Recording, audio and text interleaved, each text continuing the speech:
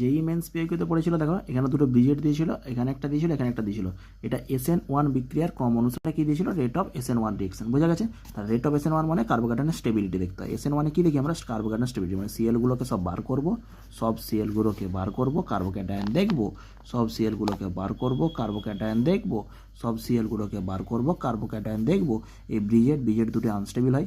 Bridget carbocation কি unstable হয় কেন? ব্রিজ স্যার দেখো এই কার্বন আর এই কার্বন কি আছে, একটা কার্বনের সাথে ব্রিজের সাথে যুক্ত আছে, তাহলে এই যে কার্বোক্যাটায়ন এগুলো জেনারেলি ফর্মেশন হয় না, ঠিক আছে। আর এই দুটো হচ্ছে আমাদের ফর্মেশন ভালো হবে, কারণ এরা হচ্ছে এখানে আলফা হাইড্রোজেন আছে CH3 এবং এখানে পেজ রিংয়ের সাথে রেজোনেন্স করতে পারে। তাহলে তিনটে পেজ মানে সব থেকে মোস্ট কার্বোক্যাটায়ন, আমি বারবার পড়ে এসেছি এটা সবচেয়ে মোস্ট কার্বোক্যাটায়ন, এটা তিনটে পেজ রিংয়ের সাথে যুক্ত আছে।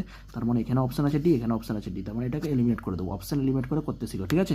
তারপরে আমার এখানে দেখো সি আছে, তাহলে এটা সি আছে মনে হচ্ছে, তারপরে এটা হবে, ঠিক আছে। আর এখানে তারপরে তো এটা মানে একটাই অপশন দেখো মিলছে, ঠিক আছে। এই দুটো অটোমেটিক্যালি আমার অফ হয়ে গেল।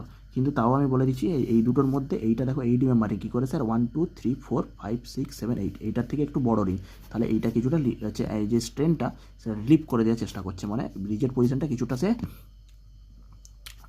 ডিজেট তাকে একদম মানে এন্ড করে দেওয়ার চেষ্টা করছে। তুমি ব্রিজেট থেকে কিছুটা আমি বেরিয়ে আসি, তাহলে কিছুটা বেরিয়ে আসছে, যত বড় রিং হবে তত ব্রিজেট থেকে কিছুটা পরিমাণ তার ব্রিজেট প্রপার্টিটা কমবে, তাহলে কমবে মানে এটা আরও স্টেবল, তারপরে এ, তারপরে বি।